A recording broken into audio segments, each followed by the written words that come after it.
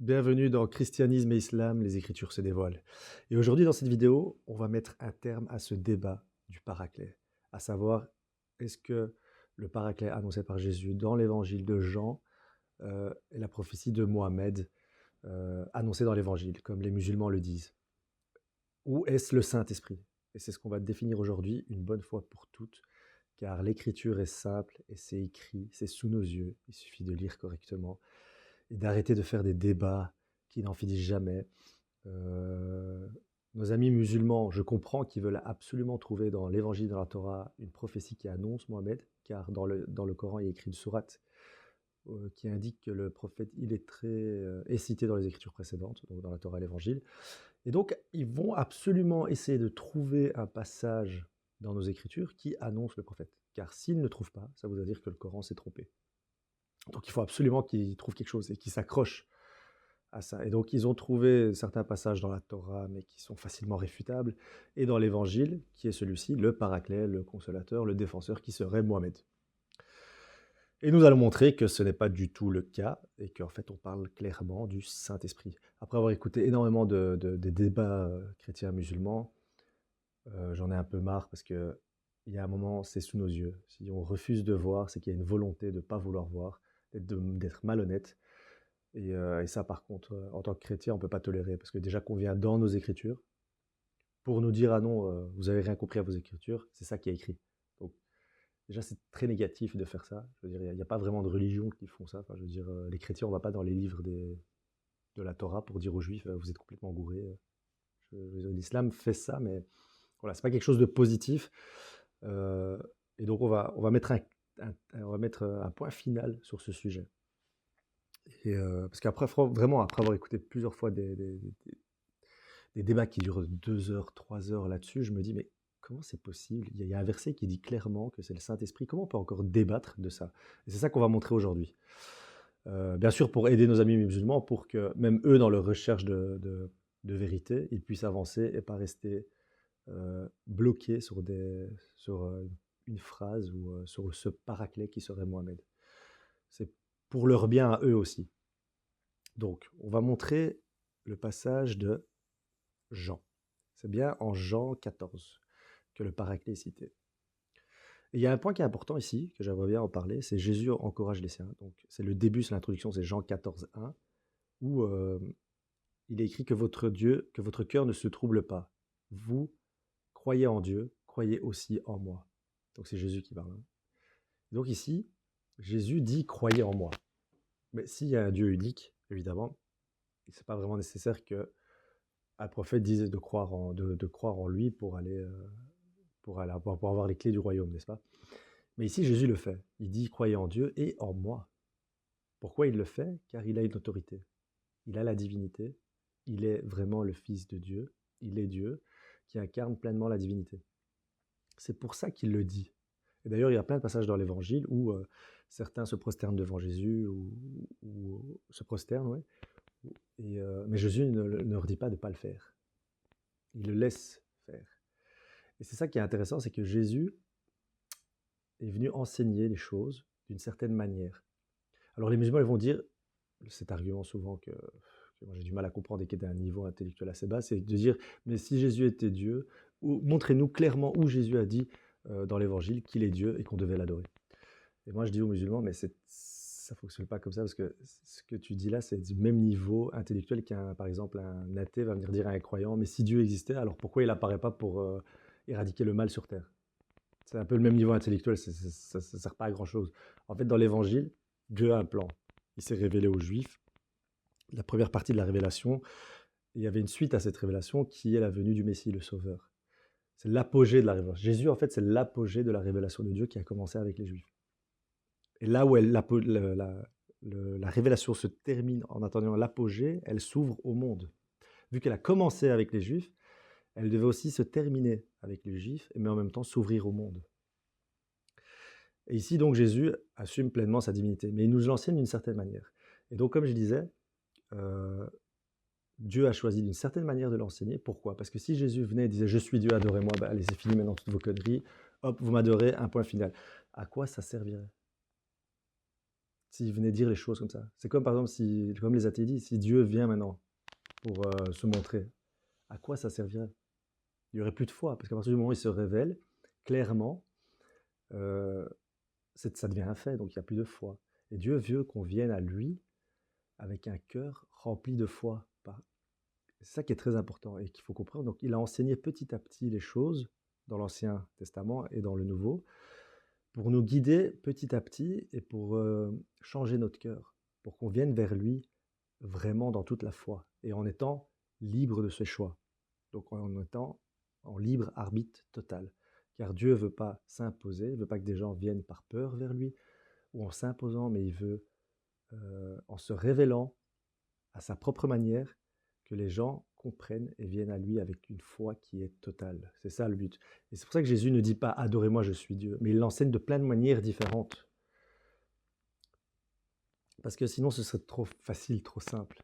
Et ça ne servirait pas à grand-chose. Et par exemple, et c'est pour ça que moi je dirais, en référence à Jean 14:1, ici, Jésus le fait parce qu'il a l'autorité de le faire. Mais par exemple, chez les musulmans, je sais que dans la Shahada et dans certaines prières, on doit prier Allah, reconnaître Allah et son messager. Donc déjà là, pour moi, il y a un problème, parce que pour vous, votre prophète, il est clairement un homme. Et donc, pourquoi là, on doit reconnaître le messager, qui est le prophète, pour aller aussi au paradis? Ça fait quand même une association avec Dieu. Donc, si vous croyez en un monothéisme pur, on devrait croire juste en Allah, et puis c'est tout. Pas besoin de citer son prophète pour aller au paradis, parce qu'il n'y a que Allah, et pas autre. Donc si maintenant on cite son prophète, ça veut dire qu'on le met au rang, on le rapproche du rang de la divinité. Donc c'est aussi un débat qui peut avoir lieu, où les musulmans pourraient réfléchir sur ce point, mais nous, chez nous les chrétiens, Jésus le fait à beaucoup de passages, mais il le fait parce qu'il a autorité, parce qu'il est pleinement divin, fils de Dieu incarné sur terre. Le Verbe, la parole, le kélimé de Dieu qui est venu s'incarner sur terre. Et donc il est pleinement divin. Donc lui a l'autorité de le faire. Mais par exemple, moi personnellement par rapport à Mohamed, je ne vois pas pourquoi lui se placerait à égal de Dieu. Alors ici, donc ici Jésus va parler à ses apôtres. Et donc on va aller plus loin au passage où ça commence à parler du Paraclet. Et je vais vous citer un passage. Alors attendez. Ici nous avons la promesse de l'envoi du Saint-Esprit. Ici, Jésus dit, si vous m'aimez, gardez mes commandements. Et moi, je prierai le Père et il vous donnera un autre paraclet, afin qu'il demeure éternellement avec vous. Donc ici, c'est le paraclet, il va demeurer éternellement avec les apôtres, mais avec les croyants chrétiens. Et puis ça dit ici en 17, l'Esprit de vérité, le Saint-Esprit, que le monde ne peut recevoir parce qu'il ne le voit pas et qu'il ne le connaît pas. Mais vous le connaîtrez parce qu'il demeurera avec vous et qu'il sera en vous. Donc il va être en eux, il s'adresse aux apôtres et aux croyants. Donc là, ça ne peut pas être Mohamed. Et donc, on va aller plus loin, c'est le verset 27-26 qui est extrêmement important, c'est ici. Alors, ici, il est écrit clairement, lisez bien, mais le Paraclet, virgule, le Saint-Esprit, que le Père enverra en mon nom, vous enseignera toutes choses et vous rappellera tout ce que je vous ai dit. Et donc, comment les musulmans peuvent continuer encore à dire que le Paraclet, c'est Mohamed? Comment? Il y a écrit la phrase « le Paraclet, virgule, le Saint-Esprit ». Donc ici, ça dit que ce Paraclet, c'est le Saint-Esprit, que le Père va envoyer. Enfin, c'est clair, je ne comprends pas pourquoi on débat encore. Et en fait, c'est ça, c'est que les musulmans, désolé, mais vous venez dans les écritures précédentes sacrées pour déformer, altérer, déformer, tordre l'écriture pour que ça aille dans votre sens. Et vous devez arrêter de faire ça, car c'est un énorme péché. Quand le Coran dit les chrétiens et les juifs falsifient leurs écritures, altèrent, tordent, en fait, cette accusation que le Coran porte sur nous, il ne s'adresse pas à nous, il s'adresse à vous-même. Parce que vous-même, vous faites ça en venant dans nos écritures alors que c'est clair. Et donc, quelque part, en faisant ça et en prêchant ce genre de choses, comme le Paraclet et Mohamed, en fait, ceux que vous égarez, les musulmans qui font ça, ils égarent d'autres musulmans, en fait. C'est pour ça que c'est triste de faire ça, et moi je ne vois pas l'intérêt alors que les choses sont claires. Et aussi à savoir, c'est qu'il s'adresse aux apôtres, pourquoi? Parce que Jésus ressuscite, il vient voir les apôtres. Il va tenir sa promesse, parce qu'avant de mourir, il a dit « je dois partir pour vous envoyer le Paraclet ». Donc Je dois partir, ça voulait dire je dois mourir ici, 3 jours après ressusciter, et puis revenir, et je vous enverrai, c'est moi qui vais revenir et vous envoyer le Paraclet. Et donc ce qu'il a prédit avant de mourir se réalise après, où il ressuscite et il revient les voir. Et d'ailleurs, il y a un autre verset où c'est expliqué que Jésus souffla le Saint-Esprit sur les apôtres pour qu'ils soient fortifiés et en toute vérité, euh, et qu'ils soient en toute vérité. Parce que pourquoi? C'est les apôtres qui vont aller prêcher l'évangile à toute la création. Mais pour que les apôtres puissent le faire correctement et en disant la vérité, il est obligatoire d'avoir le Saint-Esprit sur soi. Un prophète, il est dit dans l'Évangile que nul prophète ne prophétise sans le Saint-Esprit. Car si tu n'as pas le Saint-Esprit sur toi, ta parole n'est que la parole d'un homme, n'est pas spécialement la vérité. Mais quand l'Esprit est là, c'est l'Esprit Saint, c'est l'Esprit de Dieu en toi qui témoigne, qui rend témoignage à Dieu. Ce n'est pas l'homme qui parle, c'est l'Esprit à l'intérieur qui rend le témoignage à travers l'homme. C'est comme ça que les prophètes fonctionnent. Et un prophète qui n'a pas le Saint-Esprit sur lui ne vient pas de Dieu. C'est clair. Parce qu'il n'y a aucune garantie de ce qu'il dit. Le Saint-Esprit, c'est la vérité. Donc c'est la garantie que c'est un prophète qui vient de Dieu. Et d'ailleurs, dans l'islam, il n'y a pas le Saint-Esprit. C'est aussi ça un problème. Si c'est la troisième religion, qui est la continuité, comment ça se fait que dans la Torah, dans l'Évangile, il y a le Saint-Esprit et que dans le Coran, il n'est pas là? Dans la Torah, c'est même écrit dans la Genèse, au tout début, que avant toute chose, l'Esprit de Dieu planait sur les eaux. Donc on constate rien qu'avec ce verset qu'il y a Dieu et qu'il y a son Esprit qui plane sur les eaux, où il n'y avait rien encore. Donc le Saint-Esprit est déjà cité dès le départ là. Et quand on dit l'Esprit de vérité, c'est le Saint-Esprit, c'est l'Esprit de Dieu. Et donc c'est un gros problème qu'il n'y a pas le Saint-Esprit dans le Coran. Parce qu'ici, ils disent que le Saint-Esprit, c'est l'ange Gabriel. Mais pour moi, c'est deux choses différentes. Il y a l'ange Gabriel et le Saint-Esprit, l'Esprit de Dieu. Il ne faut pas mélanger. Et donc ici, le message est extrêmement clair. Et les apôtres, quand ils vont annoncer l'évangile, c'est l'Esprit en eux qui rend témoignage, qui rappelle tout ce que Jésus leur a enseigné. Parce qu'il y a un autre passage de l'évangile aussi qui explique mais comment on va se rappeler de tout cet enseignement qu'il nous a donné pour l'annoncer. Et on comprend qu'en fait, c'est à travers le Saint-Esprit. Parce qu'effectivement, ils ne peuvent pas retenir mot pour mot tout ce qui a été enseigné et dire correctement les phrases. Il peut avoir un oubli, il peut avoir... C'est pour ça que la récitation, spécialement, ce n'est pas quelque chose de fiable pour moi.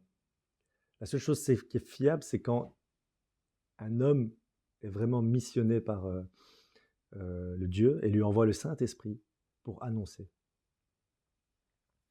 Et donc les apôtres, comme ne pouvaient pas retenir tous ces enseignements, comme toutes les paraboles de Jésus et tout ça, il faut absolument le Saint-Esprit sur eux pour que le Saint-Esprit, parce que c'est le Saint-Esprit qui rend témoignage à travers l'homme, à travers les apôtres. Et donc, nos évangiles qui sont écrits ont été écrits par des hommes qui étaient remplis du Saint-Esprit. Et ça, c'est extrêmement important. Et voilà, je pense qu'il n'y a pas besoin d'aller plus loin. Je pense que le débat est clos.